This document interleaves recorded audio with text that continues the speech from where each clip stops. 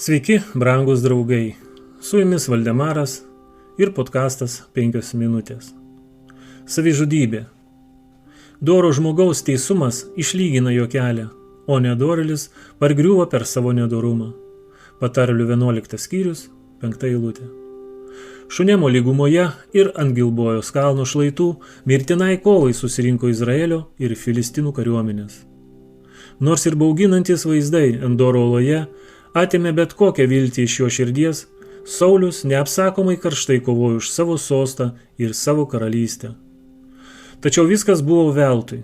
Izraelitai bėgo nuo Filistinų ir daugelis jų krito Gilbojos kalne. 3 drąsūs karaliaus sūnus žuvo šalia jo. Lankininkai spaudėsi prie Sauliaus.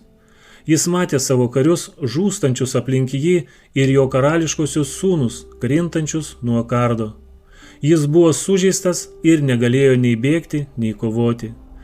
Bėgimas buvo neįmanomas ir pasiryžęs nepasiduoti gyvas, jis liepė savo ginklanešiui: išsitrauk iš makštų kalaviją ir nudurk mane. Kada žmogus atsisakė pakelti ranką prieš viešpaties pateptąjį, Saulius pats atėmė savo gyvybę, krisdamas ant savo kardo.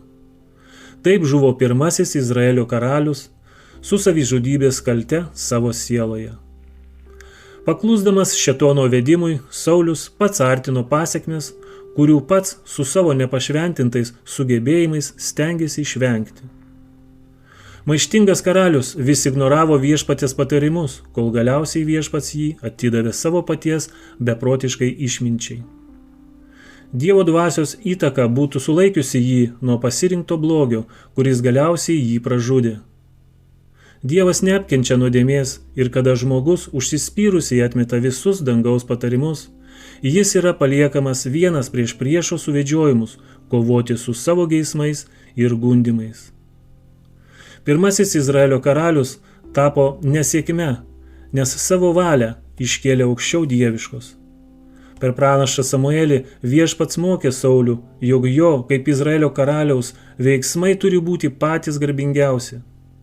Tada Dievas laimins jo valdymą klestėjimu.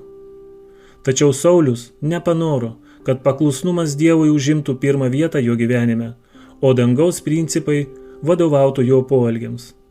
Jis mirė gėdingai ir nusivylime. Su jumis buvo Valdemaras ir podkastas 5 minutės.